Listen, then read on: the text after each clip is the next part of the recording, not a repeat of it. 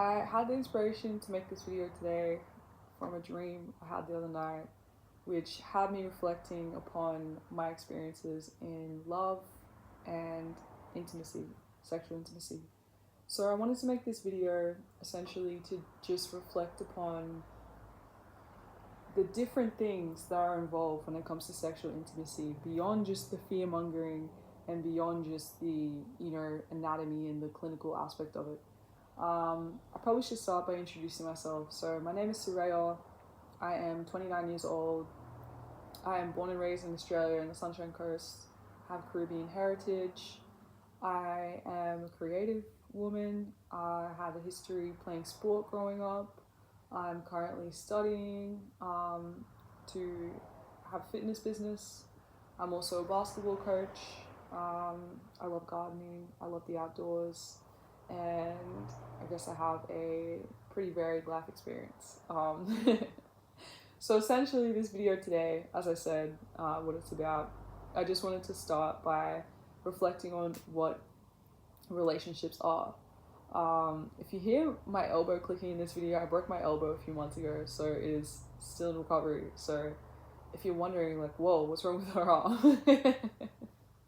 That's what it is. Anyways, so I drew this visual representation. I'm going to put these things up on a split screen, so I'm not going to show you right now. But I drew this visual representation of what a relationship is, right? So you can see in the image that on one side I have physical body and aura, and I have the same thing on the other side, and then I have these lines, expanding to meet each other, and in the middle there's the circle, right, of what the relationship is, and these lines meaning that relationship are the perception of this relationship. So it's the energy that person on one side and the energy that the other person on the other side is putting into this idea of what this relationship is. And then the relationship in itself becomes like its own entity. So why did I put the body and the aura? Okay, so I put the body and the aura because the aura to me contains the mind, the emotions, the self-identity or ego, and obviously it's like a reading of the person's, overall energy field. I guess you could kind of say that the soul essence is kind of included in that, but I wouldn't say that the soul essence is the aura. But anyways, this is just the way I see these different parts of self. So the reason I drew this image like this is essentially because relationships are formed on perception. The reason they're formed on perception is because perception dictates how we actually show up in an engagement, right? If I perceive somebody else to be beneath me, I'm going to engage with a person like they're beneath me. And therefore that perception is going to inform the way that I behave towards this person, and that's going to inform the relationship that I have with this person. I'll get deeper into it. So let me just go through these pages. I'm going to look at them, as I said, I'll put on the split screen. So I put on here in the first one, I put a relationship equals habits of behavior, aka character, within a given interaction over time, which sets the tone or the standard for a given exchange. So essentially, it's just like rinse and repeat, right? It's like any habit that we do kind of becomes ingrained. It's the same way with relationships. If I consistently look at this person like they're beneath me, and I consistently engage with this person like they're beneath me, that's the habit that's been formed in the relationship. Now that's the expectation of said relationship. This next one I've put healthy relationships. What are they? Or what are the components that make, what are the features, I should say, of a healthy relationship? They're reciprocal, they're harmonious, and they're growth oriented. The next thing I put is the 4 parts of a relationship, 4 main parts. Number 1 is intention. So this is individual, is also shared, right? Intention to me is just what we hold in our mind and what we hold in our emotions at the current time. So I might have an intention in the broader sense of how I want to approach a relationship, but when I come into interaction with this person, my thoughts, my focus, my imagination, my feelings, and the intensity of this feeling, along with my discernment that I have access to based on my current set point of emotion and mental focus, my emotional intelligence that I have access to based on those things, as well as my overall mental and emotional regulation, as well as my beliefs and whatnot, essentially going to dictate where I'm at in that current moment. So let's say my intention might be to be a fair person. However, every time I interact with this person, my current intentions dictate that I perceive them in the light that they are beneath me. And that perception, therefore, dictates the way that relationship is formed. But intention's also shared in relationships. So me and another person can decide we want to be in a romantic relationship. We can sit down with each other. We can say, okay, what are the roles and responsibilities of this said relationship? What's your expectation of how you should show up? What's my expectation for how I should show up? And essentially we decide upon those things, and that's the shared intention of the space. So to me, shared intention dictates roles and responsibilities. Individual intention is kind of like how your individual energetic set point, aka your mind and your emotions, your overall aura at that particular point in time, is navigating the space. So that's part one of relationship intention. Part two is communication. So communication, I broke down into 3 different questions. 1, what is being communicated? 2, how is it being communicated? And 3, is the intention clear within that communication, or is it lost in translation? If my intention is to be a fair person, but every time I engage with a person, I'm engaging with them in a way where they're beneath me, things are getting lost in translation, because that person's not going to know that I have the intention to be fair in my exchange with them, because I'm treating them like they're beneath me. The next thing is impact. So the impact of said intention and the impact of said communication. So how does this relationship impact us on a physical level and on an auric level? Do I lose energy from this relationship? Do I feel the same? Am I steady? Or am I actually gaining energy from this relationship?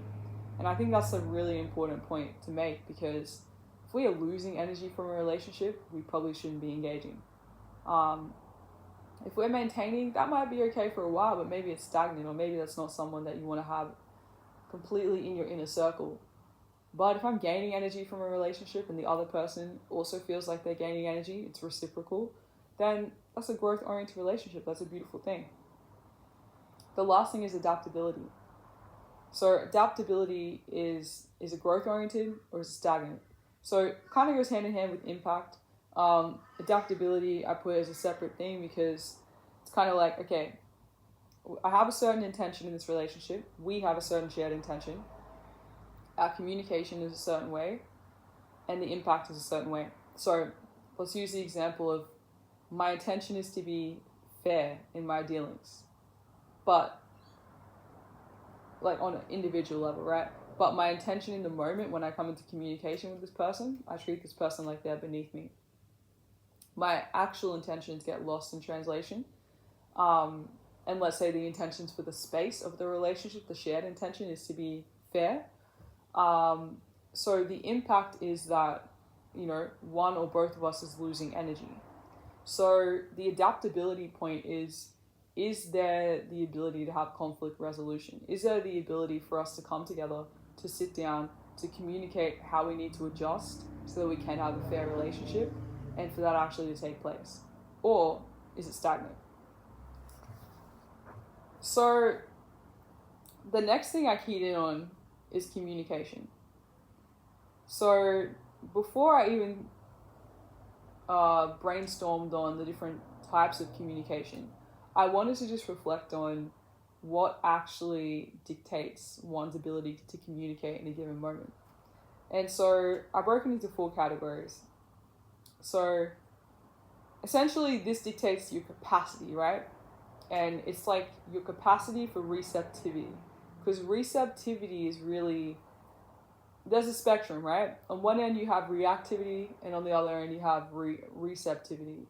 And if we're all the way in reactivity, we're not going to be able to have effective communication.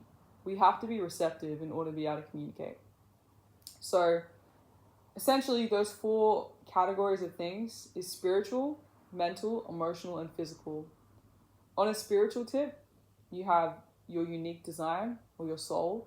So we are all uniquely designed. We are all engaging with this reality in a unique way.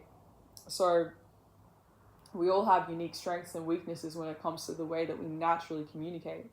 But then we have our overall energy set point at a certain point in time. And that also affects our ability to communicate. On a mental level, the current state, which I went over, which is focused thoughts and imagination.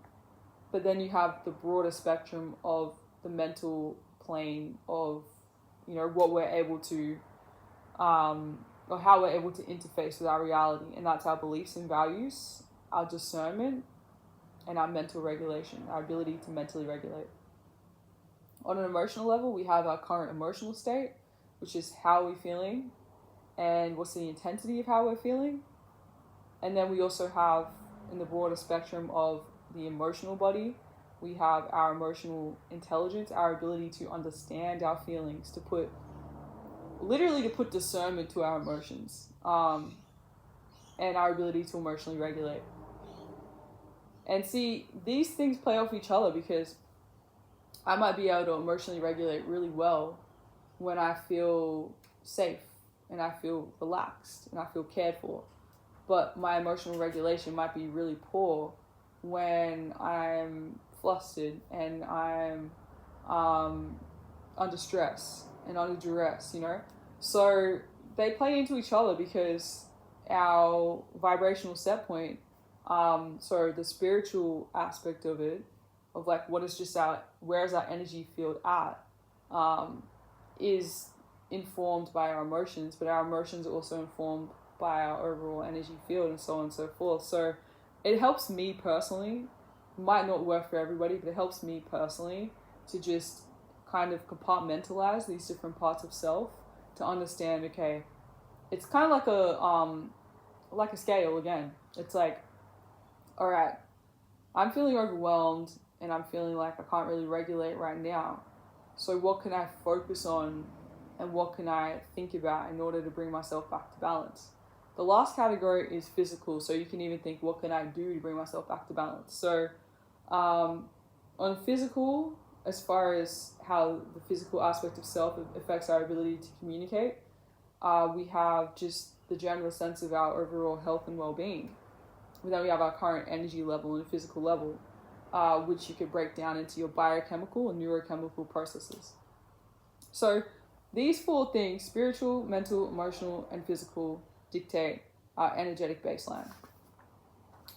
Now, our energetic baseline dictates our perception. And our perception in this, visualization of it, in my mind, what makes sense is that you can look at perception on a scale of receptivity and reactivity, which I already went over. Now you have the different types of communication. So when you put all of these together, I think that's how you get the whole context of what someone is communicating to you. That's the overall message that's being sent. I can't just look at what someone's saying. I have to look at how they're saying it. I have to look at their body language. I have to look at their actions, so on and so forth. And you can even say that, like, you can look at this in the instant. So, like, my communication with this person in one moment of time is something I can look at. But I also need to look at the experience with this person over time, their patterning. What are the habits associated with this person's character, and therefore the relationship I've had with this person over time, for me to contextualize this one thing. Also taking into consideration, where is this person at this moment in time, right? Those 4 things we just went over. So types of communication, you have intention, which I already went over, so I won't repeat that.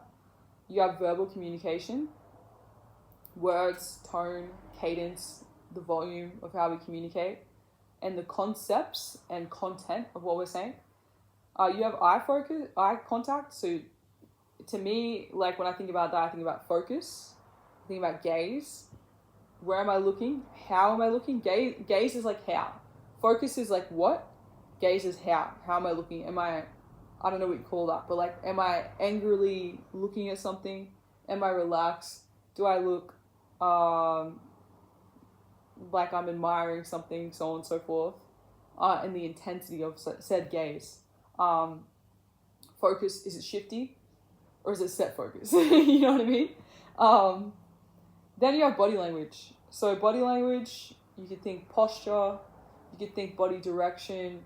Am I open to what, if someone's here talking to me, am I open to them? Am I close to them? How's my posture? The proximity, how close or far away am I from whatever subject? The gestures I'm using, and also the intensity, right? So you can kind of, in a sense, you can almost add emotions to the actions that we do with our body, right? Starting with the eye contact. Well, also in the verbal communication, you can add emotion to these things because emotion is part of the expression. So you can kind of quantify, if I'm looking at something like this, I'm looking at it in an angry way, for instance. So same thing with body language. Then you have action and also interaction. So for this, you have the act itself, the intensity of the act, what subjects are involved, touch, and yeah, that's pretty much it. So now, getting down to the nitty gritty. So, what I really wanted to get into is the sexual intimacy piece. So now that I've given the foundation of relationship overall, I want to delve deeper into this. So the first thing I want to discuss is purpose. What is the purpose of sexual intimacy? Now, for me, in my own reflection, I broke it down into three things. You have intimacy and connection, you have pleasure, and you have procreation.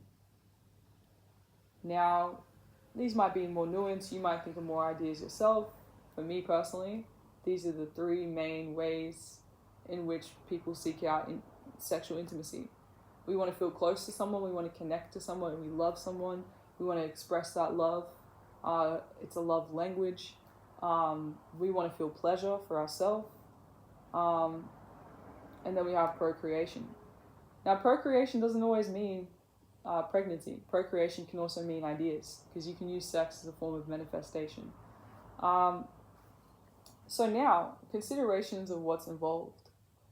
So when you're in school, well, at least when I was in school, I don't know what it's like now. When I was in school, the way that they taught us sex ed was so clinical, right? It's just, the anatomy of it. And, the risks of doing said thing and using protection and so on and so forth. They don't involve the real human aspect of sex though, nor do they involve the spiritual aspect of it. And it really sucks, because then when you have generations of people that have been raised like this, and you have people that have essentially had to use their life experience as their true sexual education, essentially you have traumatized people walking around, and then these traumatized people, when they have children, they put fear into their children around it, and it's almost like, in a sense, they don't want to talk about it. But on the flip side of that, we live in a society that is so over-sexualized. I mean, look at the media today. Like, literally, I'll use black media, for example. It's like women are being groomed through the media to sell themselves sexually. And that to be a successful thing. I mean, even beyond black women, you think about OnlyFans and all of that. And just think about it on a larger scale. It's like this intergenerational thing within Western society. I'm speaking about Australia. I mean, I've lived in America too, but it just feels like there's this theme that men view women as objects, and men are celebrated for conquering women.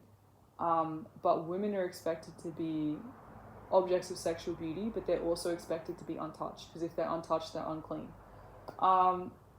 And growing up, that's a scary thing, because if on one side your educational system is giving you the anatomy of it, right, you disengage, because it's like, when you're a kid, you're not thinking about trying to have sex to make babies. You're thinking about the pleasure aspect of it.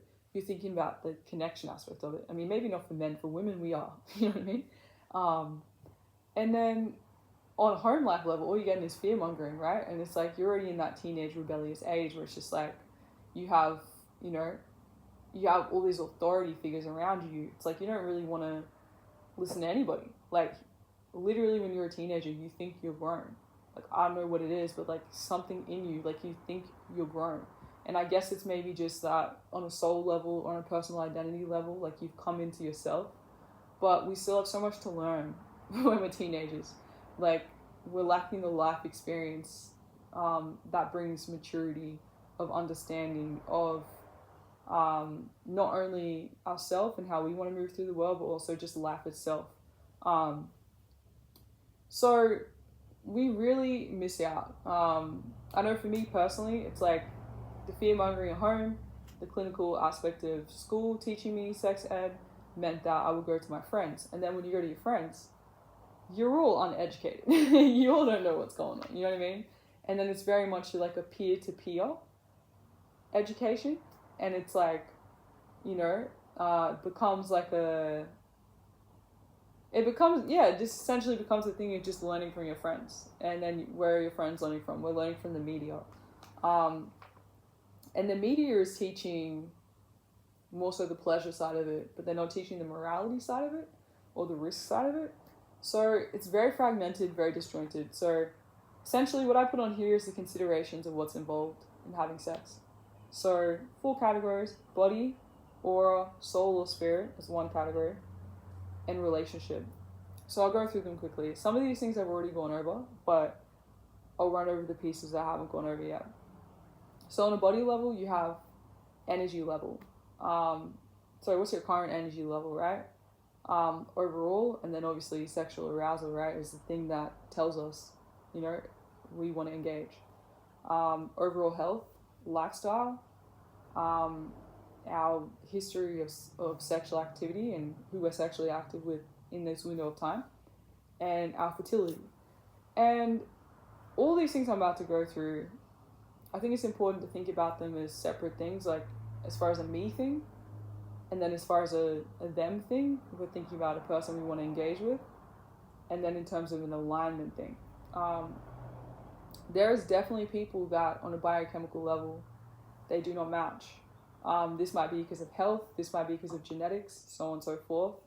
And it's important to understand, like, if I'm all about health and wellness and I'm a vegan and I'm all, you know, non-tox in my lifestyle, and then I try to engage with someone that is a meat eater and only eats processed food and drinks a whole bunch of alcohol and uses a whole bunch of chemicals, they're going to throw my pH off.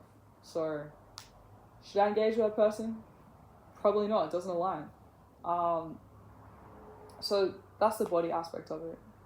Then you have the aura aspect of it again. So that's going back into the mind and the emotions. Also instinct and intuition. It's so key that we listen to our instinct and intuition. And the thing is, I feel like the voice of our intuition and the voice of our instinct is something that is always there, but we can be entrained by life to ignore it. Because often the intuition might be like, you know, send you thoughts and ideas and, you know, instincts that seem irrational or go against what our desire is. Just as well as if we're not in full embodiment of ourselves, if we're not living in our truth, if we're not in authenticity, we're not going to be in integrity with our intuition and our instinct. But if we're healthy in our bodies, if our minds and emotional states are balanced and regulated, our intuition, our instinct are going to be, you know, giving us accurate information, in my opinion. I think when we get out of whack sometimes, the way in which our instinct and intuition can give us information, it can kind of come in a more paranoid sense. And I think that comes from trauma. But anyways, instinct and intuition. The last aspect of aura that I put is self-identity. And the aspects of self-identity that I put is ego. So ego to me is chosen self-identity. And it informs who and what we defend as far as when we think of self. So if I think of myself as a very generous person, and someone tells me that I'm stingy, I'm going to defend that because I've self-identified with that. Whereas if I like to be generous sometimes, but I can also be stingy, I pick and choose, and I haven't identified with that, if someone calls me stingy, it's not really going to bother me, it's going to roll off my back.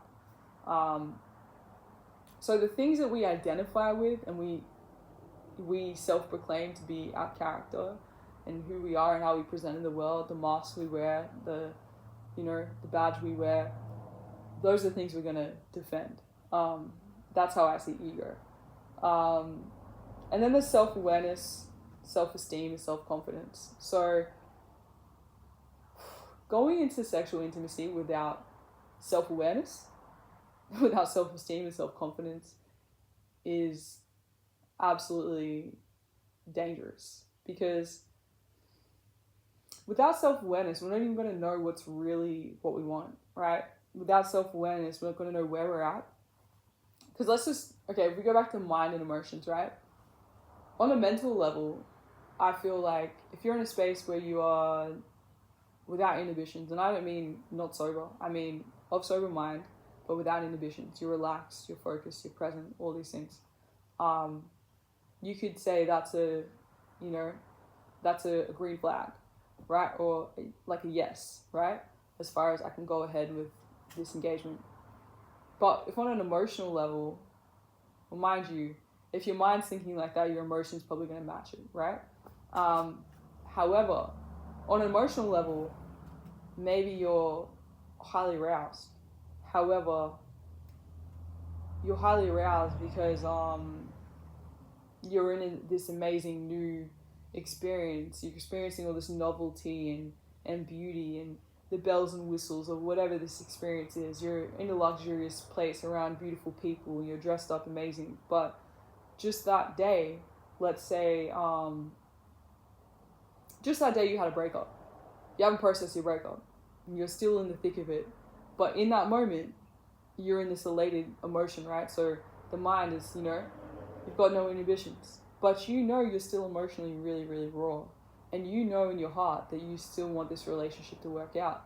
So if you go ahead with this exchange without self-awareness, you might make a decision that if you actually had self-awareness, you wouldn't make. Then you have the self-esteem aspect and self-confidence aspect. That's a huge one because women are so programmed to be performative when it comes to sexual engagement.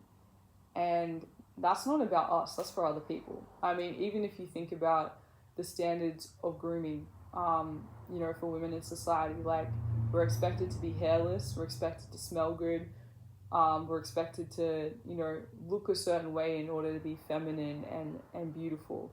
Nails done, the makeup, all this extra stuff, right? And if we don't do these things, we're not feminine, we're not beautiful. So, you can still choose to do these things if you want to do these things. But the thing is, are you doing it for yourself?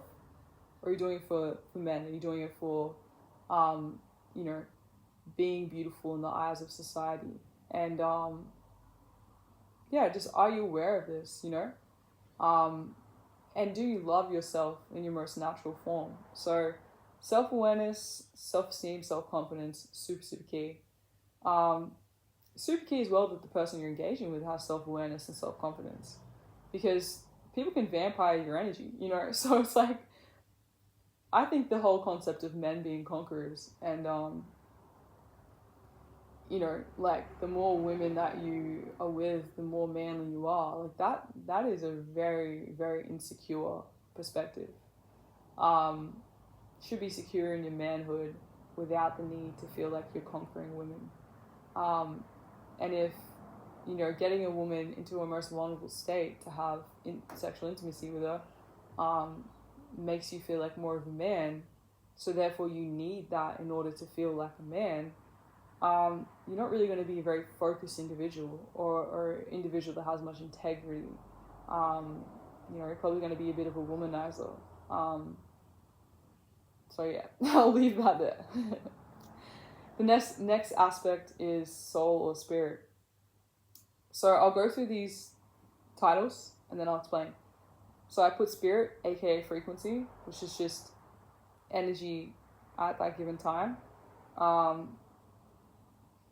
Spiritual team, spiritual alignments, collective consciousness, entities, and soul. So spiritual team, spiritual alignments, collective consciousness, and entities, all of those to me are kind of one and the same. It's almost like, okay, if I as one being have a certain energetic expression, who and what do I align with by having that energetic expression?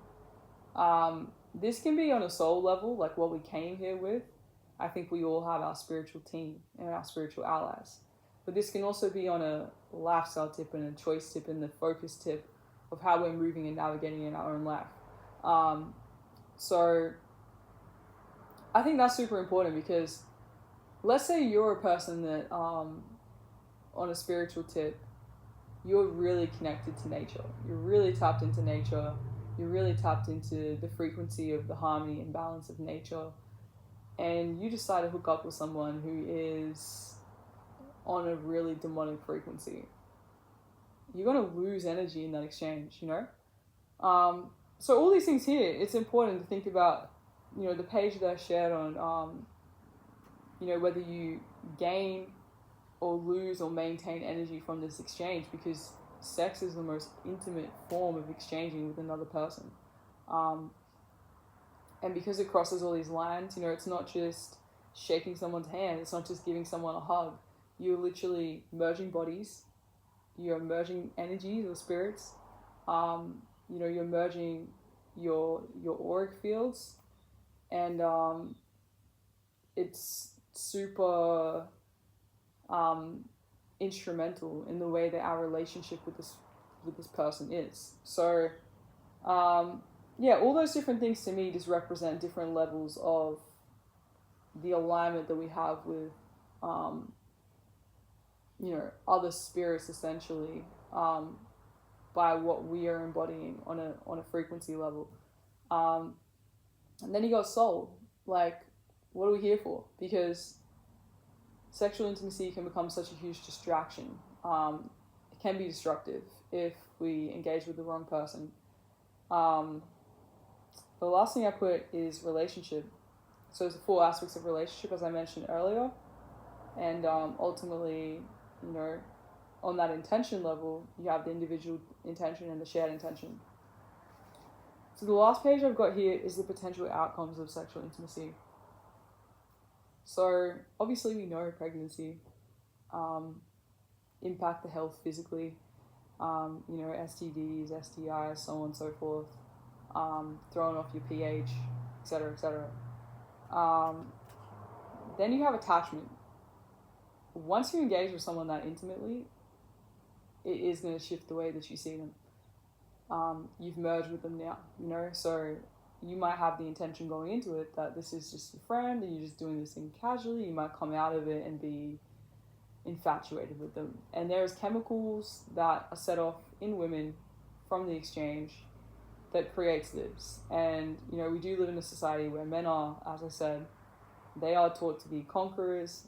We are taught to be sexual objects. And so, you know, to kind of objectify yourself to someone without vetting a situation, and thinking that you're not going to come out of it, or you are thinking you will come out of it unscathed, is naive perspective. You can try to switch off your emotions around things, but that's not really healthy. That's not really honoring yourself. And if we did move with total self-love and self-respect, then we will be able to honor our full authentic expression, and make decisions from that space. If we have to minimize ourselves, if we have to pretend, if we have to, you know, play a role in order to be intimate with somebody, we're not doing that for ourselves. We're doing it for the other person, and to feel worthy via that exchange with the other person. The next few things I put is shifts in the relationship dynamic, which I kind of just covered. Impacting the balance of us aurically, so impacting our mind, impacting us emotionally, impacting our instinct and intuition, and impacting our self-identity, and impacting us spiritually. So I think I've covered everything. I hope that this was engaging enough. As I said, I will put these diagrams up on split screen, and obviously I haven't put too much effort into making this video super aesthetically pleasing or making myself super aesthetically pleasing for the video, but I just wanted to share it. I think it's important to get this kind of information out there, so I will keep sharing, and yeah, just see where this goes. This is the first thing I felt inspired to share, which catalyzed a whole bunch of other things that I wrote down that I like to share. And I may share more of my personal experience, but I don't think it's necessary. I think I also want to share the wisdom of my experience, because if I would have had this kind of information given to me at a young age, it would have made a world of difference in how I would have navigated sexual relationships and romance in general. So yeah, that's it. Ciao, ciao.